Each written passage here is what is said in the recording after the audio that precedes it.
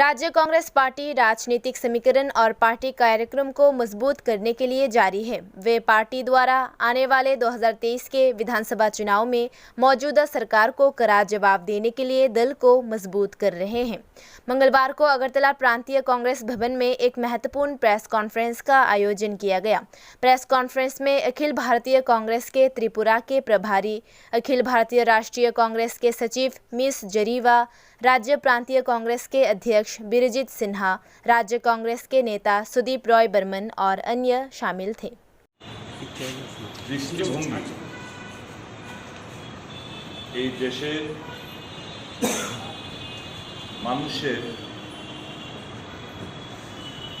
সকল স্তরের মানুষের স্বার্থের পরিপন্থী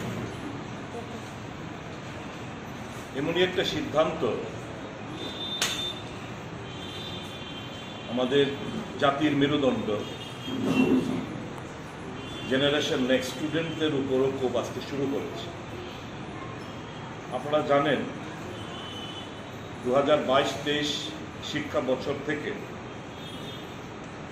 যারা ক্লাস 12 পাস করবে সেই সমস্ত ছাত্রছাত্রীরা যাদের কলেজে ভর্তি হওয়ার কথা তাদের জন্য শুরু হচ্ছে পরীক্ষার মাধ্যমে এন্ট্রান্স এক্সামের মাধ্যমে জেনারেল ডিগ্রি কলেজগুলোতে ভর্তির প্রক্রিয়া শুরু হচ্ছে এই আগামী শিক্ষা বছর থেকে। অর্থাৎ খুব পরিকল্পনা মাফিক মোদী সরকারের দৃষ্টিভঙ্গি হচ্ছে higher education is not for all. এত বছর আমরা কি দেখতাম? আমরা দেখতাম যারা 12 পাস করেছে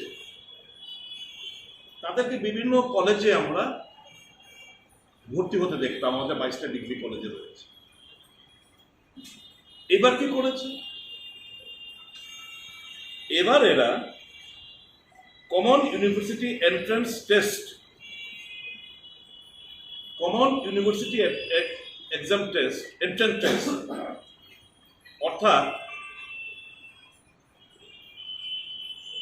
এখানে এই আমাদের সেন্ট্রাল ইউনিভার্সিটির আন্ডারে যতগুলো কলেজ রয়েছে যেটার অনুমোদন প্রাপ্ত আমাদের সেন্ট্রাল ইউনিভার্সিটি থেকে, ওই সমস্ত কলেজগুলোতে এবার রাজ্যের ছাত্রছাত্রীদের অ্যাডমিশনের ব্যাপারটা সংকুচিত হয়ে যাচ্ছে। এখন বহিরাজ্য থেকেও স্টুডেন্টরা এসে এখানে ভর্তি হওয়ার স্কোপ পেয়ে যাচ্ছে।